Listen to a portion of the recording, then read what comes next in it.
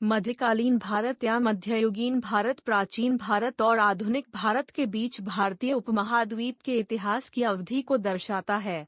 भारतीय इतिहास में मुख्य मध्यकालीन कालखंड 1200 से 1750 ईस्वी तक का है। मध्यकालीन भारतीय इतिहास का काल विभाजन मध्यकालीन भारत अवधि की परिभाषाओं में व्यापक रूप से भिन्नता है और आंशिक रूप से इस कारण से कई इतिहासकार अब इस शब्द को प्रयोग करने से बचते हैं। अधिकतर प्रयोग होने वाली पहली परिभाषा में मध्यकालीन युग को 6वीं शताब्दी से लेकर 16वीं शताब्दी तक माना जाता है।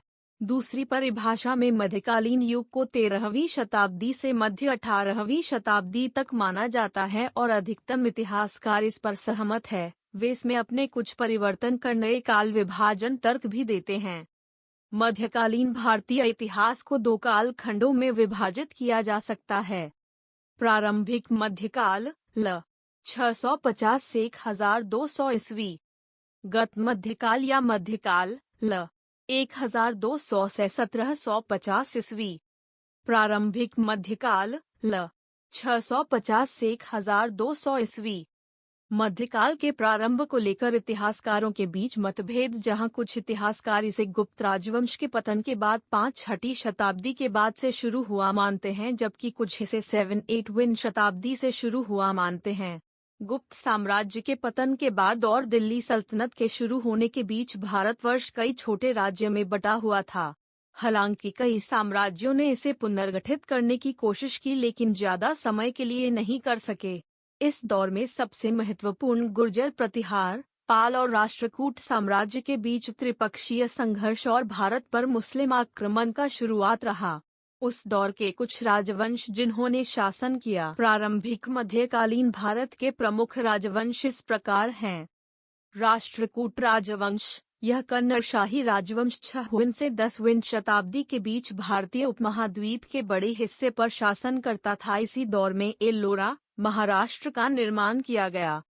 गुर्जर प्रतिहार राजवंश, गुर्जर प्रतिहार राजवंश भारतीय उपमहाद्वीप में प्राचीन एवं मध्यकालीन दौर के संक्रमण काल में साम्राज्य स्थापित करने वाला एक राजवंश था, जिसके शासकों ने मध्य उत्तर भारत के बड़े हिस्से पर मध्य 8वीं सदी से 11वीं सदी के बीच शासन किया। पूर्वी चालुक्य 7वीं से 12वीं शताब्दी तक एक दक्षिण भारतीय तेलुगु राजवंश, जिसका राज्य वर्तमान में आंध्र प्रदेश में स्थित था। पल्लव राजवंश, कांचीपुरम में केंद्रित, 6वीं से 9वीं शताब्दियों तक तेलुगु और कुछ तमिल क्षेत्रों के महत्वपूर्ण शासक रहे। पाल राजवंश, बंगाल में 8वीं से 12वीं शताब्दी तक के अंतिम प्रमुख बौद्ध शासक थे। 9वीं सदी में अधिकांश उत्तर भारत में इनका नियंत्रण था। चोल राजवंश, 9वीं से 13वीं शताब्दी के बीच एक दक्षिण भारतीय साम्राज्य जो तमिलनाडु से शासन करता था। अपनी स्वर्णकाल पर इसने अपने शासन को दक्षिण पूर्व एशियाई क्षेत्रों तक विस्तारित किया था। पश्चिमी चालुक्य, प्रतीच्य चालुक्य पश्चिमी भारत का राजवंश था, जिसने 216 वर्ष राज किया। प्रारंभिक मध्यकालीन भारत के प्रमुख राजवंश इस प्रकार हैं। राष्ट्रकूट राजवंश, यह कन्नड़ शाही राजवंश 6वीं से 10वीं शताब्दी के बीच भारतीय उपमहाद्वीप के बड़े हिस्से पर शासन करता था। इसी दौर में एल्लोरा, महाराष्ट्र का निर्माण किया गया। गुर्जर प्रतिहार राजवंश, गुर्जर प्रतिहार राजवंश भारतीय उपमहाद्वीप में प्राचीन एवं मध्यकालीन दौर के संक्रमण काल में साम्राज्य स्थापित करने वाला एक राजवंश था, जिसके शासकों ने मध्य उत्तर भारत के बड़े हिस्से पर मध्य 8वीं सदी से 11वीं सदी के बीच शासन किया। पूर्वी चालुक्य 7वीं से 12वीं शताब्दी तक एक दक्षिण भारतीय तेलुगु राजवंश, जिसका राज्य वर्तमान में आंध्र प्रदेश में स्थित था। पल्लव राजवंश, कांचीपुरम में केंद्रित, 6वीं से 9वीं शताब्दियों तक तेलुगु और कुछ तमिल क्षेत्रों के महत्वपूर्ण शासक रहे। पाल राजवंश, बंगाल में 8वीं से 12वीं शताब्दी तक के अंतिम प्रमुख बौद्ध शासक थे। 9वीं सदी में अधिकांश उत्तर भारत में इनका नियंत्रण था। चोल राजवंश, 9वीं से 13वीं शताब्दी के बीच एक दक्षिण भारतीय साम्राज्य जो तमिलनाडु से शासन करता था। अपनी स्वर्णकाल पर इसने अपने शासन को दक्षिण पूर्व एशियाई क्षेत्रों तक विस्तारित किया था। पश्चिमी चालुक्य, प्रतीच्य चालुक्य पश्चिमी भारत का राजवंश था जिसने 216 वर्ष राज किया। कलचुरी राजवंश। कलचुरी प्राचीन भारत का विख्यात था। इस वंश की शुरुआत राजा ईश्वर सेन उर्फ महाक्षत्रप ईश्वर दत्त ने की थी। कलचुरी नाम से भारत में दो राजवंश थे, एक मध्य एवं पश्चिमी भारत में जिसे चेदी है या उत्तरी कलचुरी कहते हैं तथा दूसरा दक्षिणी कलचुरी जिसने वर्तमान कर्नाटक के क्षेत्रों पर राज्य किया। पश्चिम गंग वंश। पश्चिम गंग वंश प्राचीन कर्नाटक का एक राजवंश था। ये पूर्वी गंग वंश से अलग थे। पूर्वी गंग जिन्होंने बाद के वर्षों में ओडिशा पर राज्य किया। आम धारण के अनुसार पश्चिम गंग वंश ने शासन तब संभाला जब पल्लव वंश के पतन उपरांत बहुत से स्वतंत्र शासक उठ खड़े हुए थे।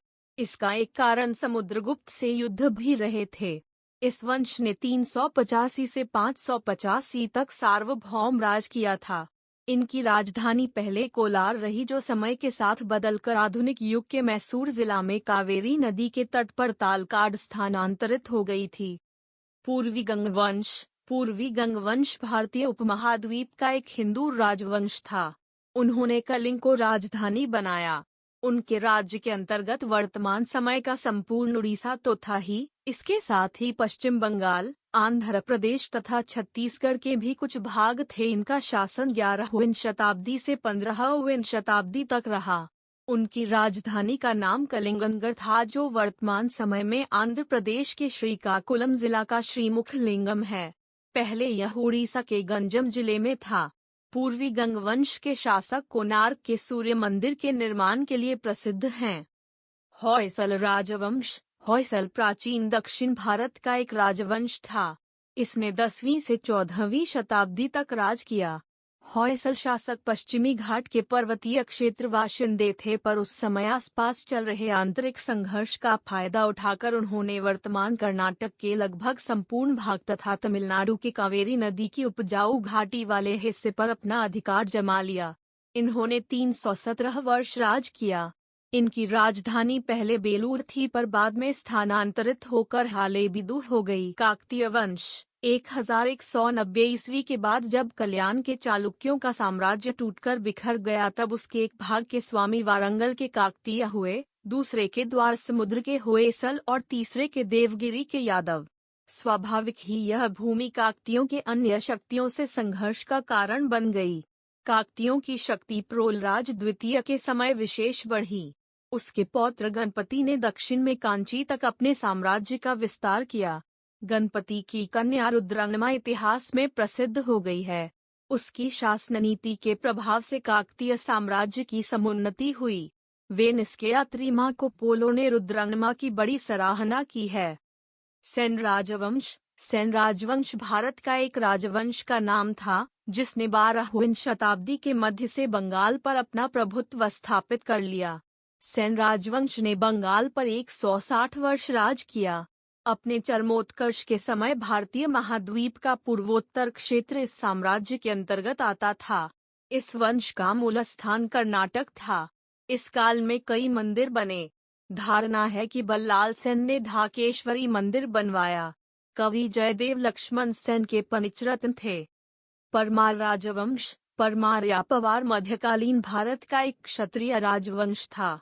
इस राजवंश का अधिकार धार, मालवा, उज्जैनी, आबू पर्वत और सिंधु के निकट अमरकोट आदि राज्यों तक था।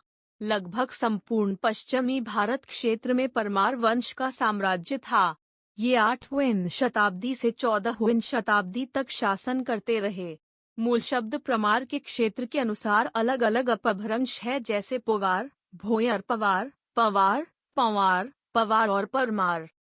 कर्नाट वंश। कर्नाट वंश या सिमराव वंश या देव राजवंश का उदय 1097 ईस्वी में मिथिला में हुआ।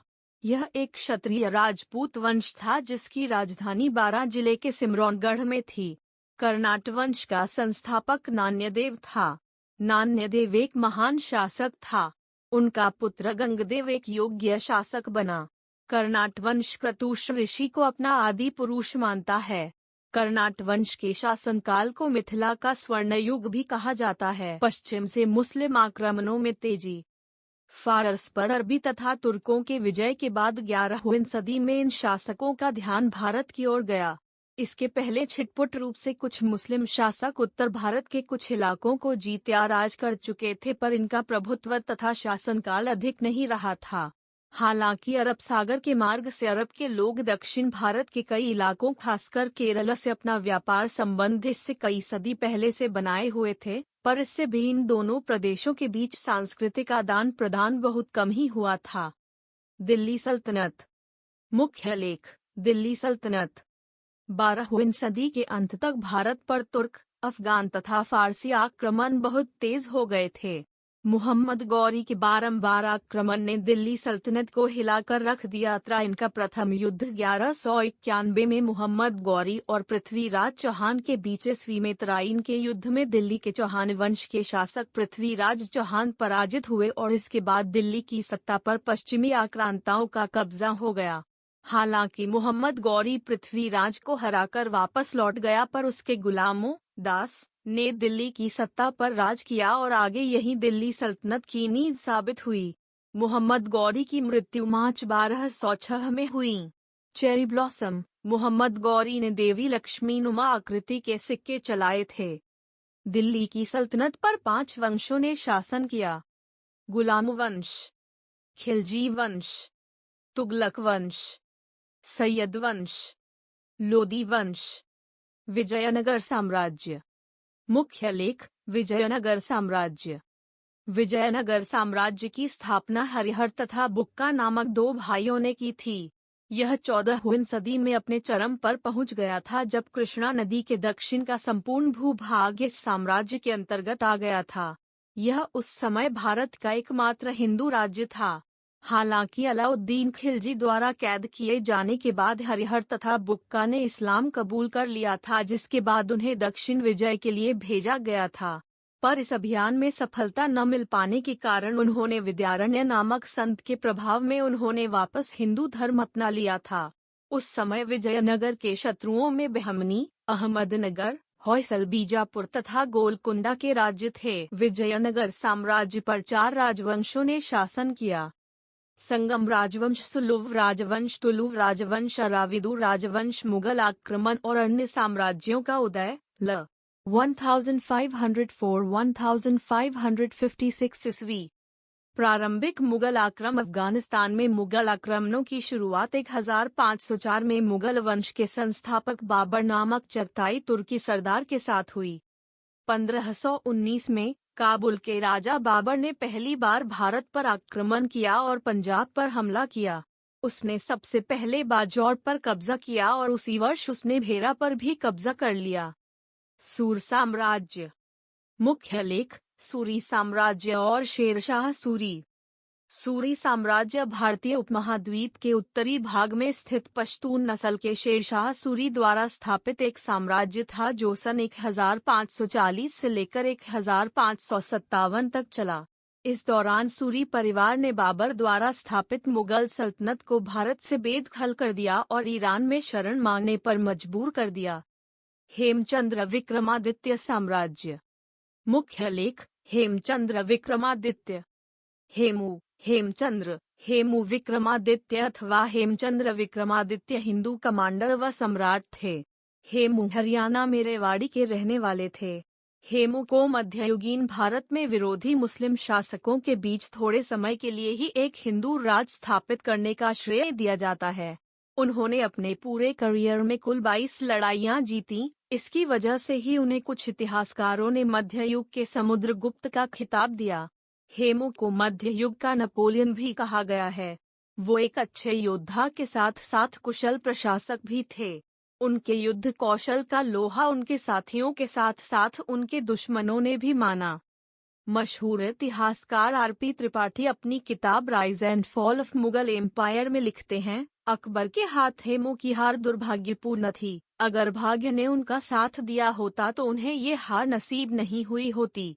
एक और इतिहासकार आर.सी. मजूमदार शेरशाह पर लिखी पुस्तक के एक अध्याय हेमू अ फॉरगॉटेन हीरो में लिखते हैं, पानीपत की लड़ाई में एक दुर्घटना की वजह से हेमू की जीत हार में बदल गई, वरना उन्होंने दिल्ली में मुगलों की जगह हिंदू राजवंश की नींव रखी होती। मुगल साम्राज्य। 15वीं सदी के शुरुआत में मध्य एशिया में फरगना के निर्वासित राजकुमार जाहिरुद्दीन बाबर काबुल में आ बसे।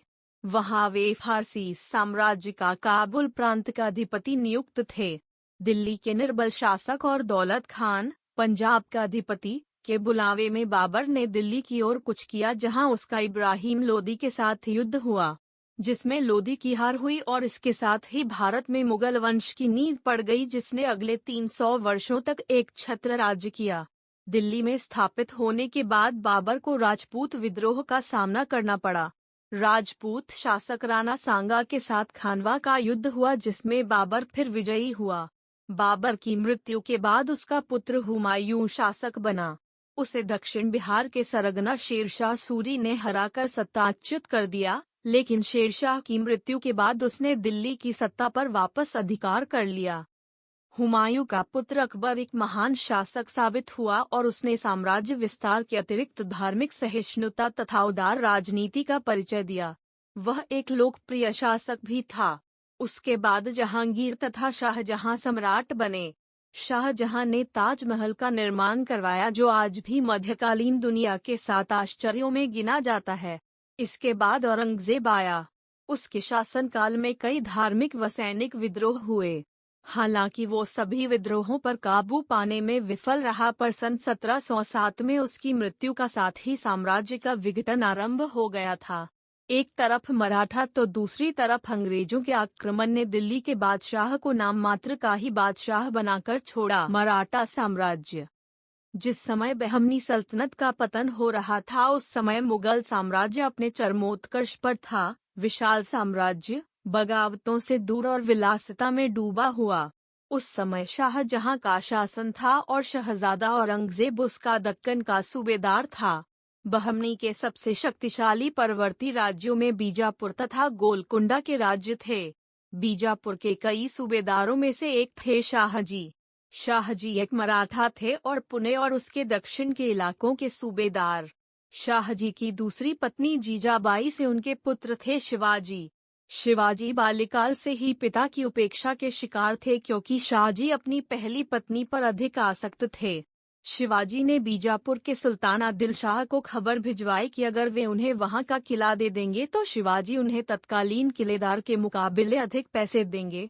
सुल्तान ने अपने दरबारियों की सलाह पर, जिन्हें शिवाजी ने पहले ही घूस देकर अपने पक्ष में कर लिया था, किला शिवाजी को दे दिया। इसके बाद शिवाजी ने एक के बाद एक कई किलों पर अधिकार कर लिया। बीजापुर के सुल्तान को शिवाजी की बढ़ती प्रभुता देखकर गुस्सा आया और उन्होंने शाहजी को अपने पुत्र को नियंत्रण पर रखने को कहा। शाहजी की बात पर शिवाजी ने कोई ध्यान नहीं दिया और मावलों की सहायता से अपने अधिकार क्षेत्र में बढ़ोतरी करते गए। आदिल शाह ने अफजल खां को शिवाजी को गिरफ्तार करने के लिए भेजा। शिवाजी ने अफजल की समझते हुए उसकी सेना का वध कर दिया। इसके बाद शिवाजी के पिता शाहजी को गिरफ्तार कर लिया गया। शिवाजी ने अपने पिता को छुड़ा लिया और समझौते के मुताबिक बीजापुर के खिलाफ आक्रमण बंद कर दिया। आदिल शाह की मृत्यु के बाद बीजापुर में अराजकता छा गई और स्थिति को देखकर औरंगजेब ने बीजापुर पर आक्रमण कर दिया। शिवाजी ने तो उस समय तक औरंगजेब के साथ संधि वार्ता जारी रखी थी, पर इस मौके पर उन्होंने कुछ मुगल किलों पर आक्रमण किया और उन्हें लूट लिया।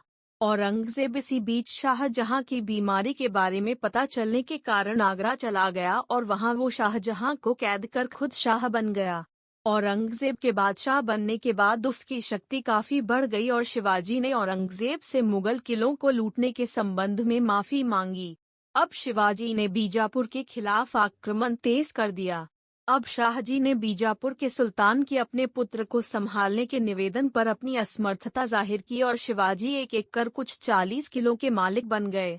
उन्होंने सूरत को 2 बार लूटा और वहां मौजूद डच और अंग्रेज कोठियों से भी धन वसूला। वापस आते समय उन्होंने मुगल सेना को भी हराया। मुगलों से भी उनका संघर्ष बढ़ता गया और शिवाजी की शक्ति कोंकण और दक्षिण पश्चिम महाराष्ट्र में सुदृढ़ में स्थापित हो गई। उत्तर में उत्तराधिकार संबंधी विवाद के खत्म होते और सिखों को शांत करने के बाद औरंगजेब दक्षिण की ओर आया। उसने शाइस्ता खां को शिवाजी के खिलाफ भेजा, पर शिवाजी किसी तरह भाग निकलने में सफल रहे। लेकिन एक युद्ध में मुगल सेना ने मराठों को कगार पर पहुंचा दिया। स्थिति की नाजुकता को समझते हुए शिवाजी ने मुगलों से समझौता कर लिया और औरंगजेब ने शिवाजी और उनके पुत्र संभाजी को मनसबदारी देने का वचन देकर आगरा में अपने दरबार में आमंत्रित किया। आगरा पहुंचकर अपने 5,000 की मनसबदारी से शिवाजी खुश नहीं हुए और औरंगजेब को भरे दरबार में भला बुरा कहा। औरंगजेब ने इस अपमान का बदला लेने के लिए शिवाजी को संभाजी के साथ नजरबंद कर दिया, लेकिन दोनों पहरेदारों को धोखा में डालकर फूलों की टोकरी में छुपकर भागने में सफल रहे। बनारस, गया और पुरी होते हुए शिवाजी वापस पुणे पहुंच गए। इससे मराठों में जोश आ गया और इसी बात शाहजी का मृत्यु 1674 में हो गई और शिवाजी ने अपने आप को राजा घोषित कर दिया। अपने जीवन के आखिरी दिनों में शिवाजी ने अपना ध्यान दक्षिण की ओर लगाया और मैसूर को अपने साम्राज्य में मिला लिया। 1680 में उनकी मृत्यु के समय तक मराठा साम्राज्य एक स्थापित राज के रूप में उभर चुका था और कृष्णा से कावेरी नदी के बीच के इलाकों में उनका वर्चस्व स्थापित हो चुका था। शिवाजी के बाद उनके पुत्र संभाजी ने मराठों का नेतृत्व किया। आरंभ में तो वे सफल रहे, पर बाद में उन्हें मुगलों से हार का मुंह देखना पड़ा। औरंगजेब ने उन्हें पकड़कर कैद कर दिया। कैद में औरंगजेब ने संभाजी से मुगल दरबार के उन बागियों का नाम पता करने की कोशिश की जो मुगलों के खिलाफ विश्वासघात कर रहे थे। इस कारण उन्हें यातनाएं दी गई और अंत में तंग आकर उन्होंने औरंगजेब को भला बुरा कहा और संदेश भिजवाया कि वे औरंगजेब की बेटी से शादी करना चाहते हैं। उनकी भाषा और संदेश से क्षुब्ध होकर औरंगजेब ने संभाजी को टुकड़े टुकड़े काटकर उनके मांस को कुत्तों को खिलाने का आदेश दे दिया। संभाजी की मृत्यु के बाद शिवाजी के दूसरे पुत्र राजाराम ने गद्दी संभाली। उनके समय मराठों का उत्तराधिकार विवाद गहरा गया, पर औरंगजेब भी बूढ़ा हो चला था, इसलिए मराठों को सफलता मिलने लगी और वे उत्तर में नर्मदा नदी तक पहुंच गए। बीजापुर का पतन हो गया था और मराठों ने बीजापुर के मुगल क्षेत्रों पर भी अधिकार कर लिया। औरंगजेब की मृत्यु के बाद तो मुगल साम्राज्य कमजोर होता चला गया और उत्तराधिकार विवाद के बावजूद मराठे शक्तिशाली होते चले गए। उत्तराधिकार विवाद के चलते मराठाओं की शक्ति पेशवाओं, प्रधानमंत्री के हाथ में आ गई और पेशवाओं के अंदर मराठा शक्ति में और भी विकार हुआ और वे दिल्ली तक पहुंच गए। 1761 में नादिर शाह के सेनापति अहमद शाह अब्दाली ने मराठाओं को पानीपत की तीसरी लड़ाई में हरा दिया। इसके बाद मराठा शक्ति का ह्रास होता गया। उत्तर में सिखों का उदय होता गया और दक्षिण में मैसूर स्वायत्त होता गया। अंग्रेजों ने भी इस कमजोर राजनैतिक स्थिति को देखकर अपना प्रभुत्व स्थापित करना आरंभ कर दिया। बंगाल और अवध पर उनका नियंत्रण 1770 तक स्थापित हो गया था और अब उनकी निगाह मैसूर पर टिक गई थी। सिख धर्म और सिख साम्राज्य का उदय। सिख धर्म की शुरुआत सिख धर्म के सबसे पहले गुरु नानक देव जी द्वारा दक्षिण एशिया के पंजाब में हुई थी। उस समय पंजाब में हिंदू और इस्लाम धर्म था। तब गुरु नानक देव ने लोगों को सिख धर्म की जानकारी देनी शुरू की, जो इस्लाम और हिंदू धर्म से काफी अलग था। गुरु नानक देव के बाद 9 गुरु और आए, जिन्होंने सिख धर्म को बढ़ाया। 1799 में 19वीं शताब्दी की पहली तिमाही के दौरान एक साम्राज्य स्थापित करने के लिए रणजीत सिंह द्वारा एकीकरण की प्रक्रिया शुरू की गई थी। उन्होंने ईस्ट इंडिया कंपनी की सेना की तरह ही खड़ी और प्रशिक्षित एक कुशल सेना का उपयोग किया। उनके राजनीतिक नियंत्रण को स्थापित करने में समय सम्मानित सुजरेन जागीरदार राजनीति का उपयोग भी उतना ही महत्वपूर्ण था। अपने बड़े प्रभुत्व में राजस्व, प्रशासन और व्यापार पर व्यक्तिगत ध्यान देकर उन्होंने पंजाब में समृद्धि को पुनर्जीवित किया। उसने आबादी के सभी महत्वपूर्ण वर्गों को राजकीय संरक्षण प्रदान करते हुए उन्हें नए साम्राज्य से जोड़ दिया।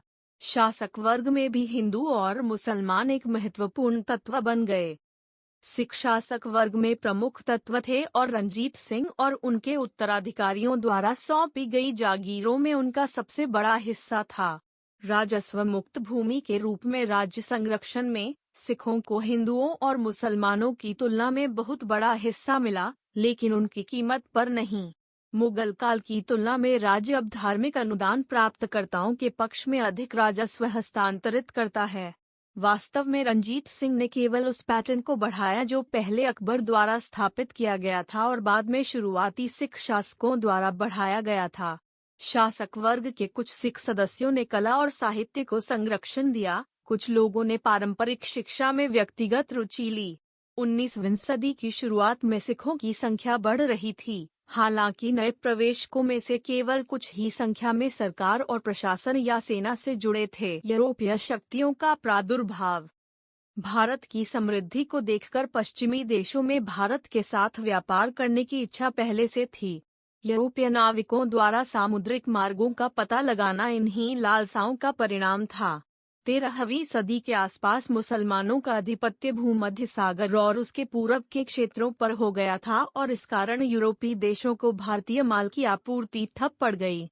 उस पर भी इटली के वेनिस नगर में चुंगी देना उनको रास नहीं आता था। कोलंबस भारत का पता लगाने अमेरिका पहुंच गया और सन 1487-88 में पेड्रो द कोविल्हम नाम का एक पुर्तगाली नाविक पहली बार भारत के तट पर मलाबार पहुंचा। भारत पहुंचने वालों में पुर्तगाली सबसे पहले थे, इसके बाद डच आए और डचों ने पुर्तगालियों से कई लड़ाइयां लड़ीं। भारत के अलावा श्रीलंका में भी डचों ने पुर्तगालियों को खदेड़ दिया, पर डचों का मुख्य आकर्षण भारत न होकर दक्षिण पूर्व एशिया के देश थे। अतः उन्हें अंग्रेजों ने पराजित किया, जो मुख्यतः भारत से अधिकार करना चाहते थे।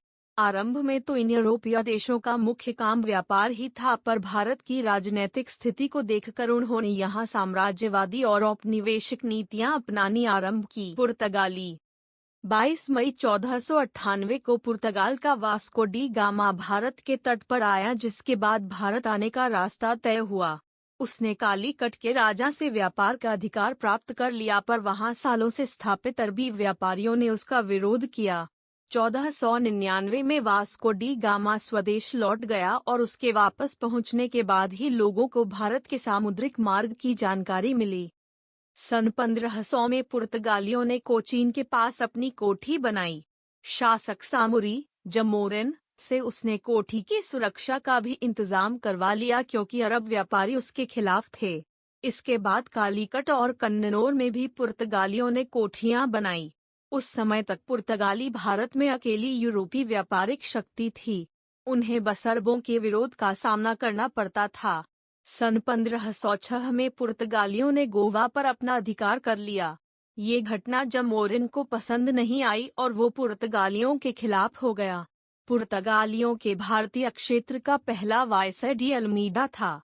उसके बाद अल्बुकर्क 1509 पुर्तगालियों का वायसराय नियुक्त हुआ।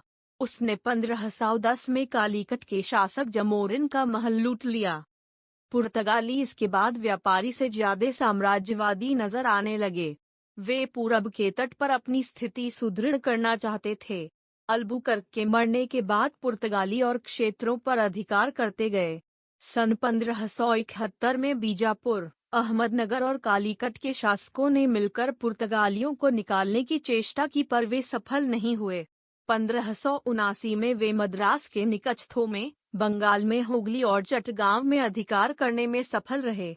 1580 में मुगल बादशाह अकबर के दरबार में पुर्तगालियों ने पहला ईसाई मिशन भेजा। वे अकबर को ईसाई धर्म में दीक्षित करना चाहते थे, पर कई बार अपने नुमाइंदों को भेजने के बाद भी वो सफल नहीं रहे। पर पुर्तगाली भारत के विशाल क्षेत्रों पर अधिकार नहीं कर पाए थे। उधर स्पेन के साथ पुर्तगाल का युद्ध और पुर्तगालियों द्वारा ईसाई धर्म के अंधाधुंध और कट्टर प्रचार के कारण वे स्थानीय शासकों के शत्रु बन गए और 1612 में कुछ मुगल जहाज को लूटने के बाद उन्हें भारतीय प्रदेशों से हाथ धोना पड़ा। डच पुर्तगालियों की समृद्धि देखकर डच भी भारत और श्रीलंका की ओर आकर्षित हुए। सर्वप्रथम 1598 में डचों का पहला जहाज अफ्रीका और जावा के रास्ते भारत पहुंचा। 1602 में प्रथम डच कंपनी की स्थापना की गई, जो भारत से व्यापार करने के लिए बनाई गई थी। इस समय तक अंग्रेज और फ्रांसीसी लोग भी भारत में पहुंच चुके थे, पर नाविक दृष्टि से डच इनसे वरीय थे। सन 1602 में डचों ने अम्बोयना पर पुर्तगालियों को हराकर अधिकार कर लिया। इसके बाद 1612 में श्रीलंका में भी डचों ने पुर्तगालियों को खदेड़ दिया। उन्होंने पुलिकट 1610, सूरत 1616, चिंसुरा 1653, कासिम बाजार, बड़ानगर, पटना, बालेश्वर, उड़ीसा, नागापट्टनम 1659 और कोचीन 1653 में अपनी कोठियां स्थापित कर लीं। पर एक तो डचों का मुख्य उद्देश्य भारत से व्यापार न करके पूर्वी एशिया के देशों में अपने व्यापार के लिए कड़ी के रूप में स्थापित करना था, और दूसरे अंग्रेजों और फ्रांसीसियों ने उन्हें यहाँ और यूरोप दोनों जगह युद्धों में हरा दिया। इस कारण डचों का प्रभुत्व बहुत दिनों तक भारत में नहीं रह पाया था। अंग्रेज और फ्रांसीसी इंग्लैंड के नाविकों को भारत का पता कोई 1578 ईस्वी तक नहीं लग पाया था। 1578 में सर फ्रांसिस ड्रेक नामक एक अंग्रेज नाविक ने लिस्बन जाने वाले एक जहाज को लूट लिया। इस जहाज से उसे भारत जाने वाले रास्ते का मानचित्र मिला। 31 मई सन 1600 को कुछ व्यापारियों ने इंग्लैंड की महारानी एलिजाबेथ को ईस्ट इंडिया कंपनी की स्थापना का अधिकार पत्र दिया। उन्हें पूरब के देशों के साथ व्यापार की अनुमति मिल गई। 1603 के दौरान कंपनी ने सुमात्रा में वेंटम नामक स्थान पर अपनी एक कोठी खोली। हेक्टर नाम का एक अंग्रेज नाविक सर्वप्रथम सूरत पहुंचा। वहां आकर वो आगरा गया और जहांगीर के दरबार में अपनी एक कोठी खोलने की विनती की। जहांगीर के दरबार में पुर्तगालियों की धाक पहले से थी। उस समय तक मुगलों से पुर्तगालियों की कोई लड़ाई नहीं हुई थी, इस कारण पुर्तगालियों की मुगलों से मित्रता बनी हुई थी। हॉकिंस को वापस लौट जाना पड़ा। पुर्तगालियों को अंग्रेजों ने 1612 में सूरत में पराजित कर दिया और सर टॉमस रो को इंग्लैंड के शासक जेम्स प्रथम ने अपना राजदूत बनाकर जहांगीर के दरबार में भेजा। वहां उसे सूरत में अंग्रेजों को कोठी खोलने की अनुमति मिली। इसके बाद बालासोर, बालेश्वर, हरिहरपुर, मद्रास 1633, हुगली 1651 और बम्बई 1688 में अंग्रेज कोठियां स्थापित की गईं। पर अंग्रेजों की बढ़ती उपस्थिति और उनके द्वारा अपने सिक्के चलाने से मुगल नाराज हुए। उन्हें हुगली, कासिम बाजार, पटना, मछलीपट्टनम, विशाखापत्तनम और बम्बई से निकाल दिया गया। 1690 में अंग्रेजों ने मुगल बादशाह औरंगजेब से क्षमा याचना की और अर्थदंड का भुगतान कर नई कोठियां खोलने और किलेबंदी करने की आज्ञा प्राप्त करने में सफल रहे। इसी समय सन 1611 में भारत में व्यापार करने के उद्देश्य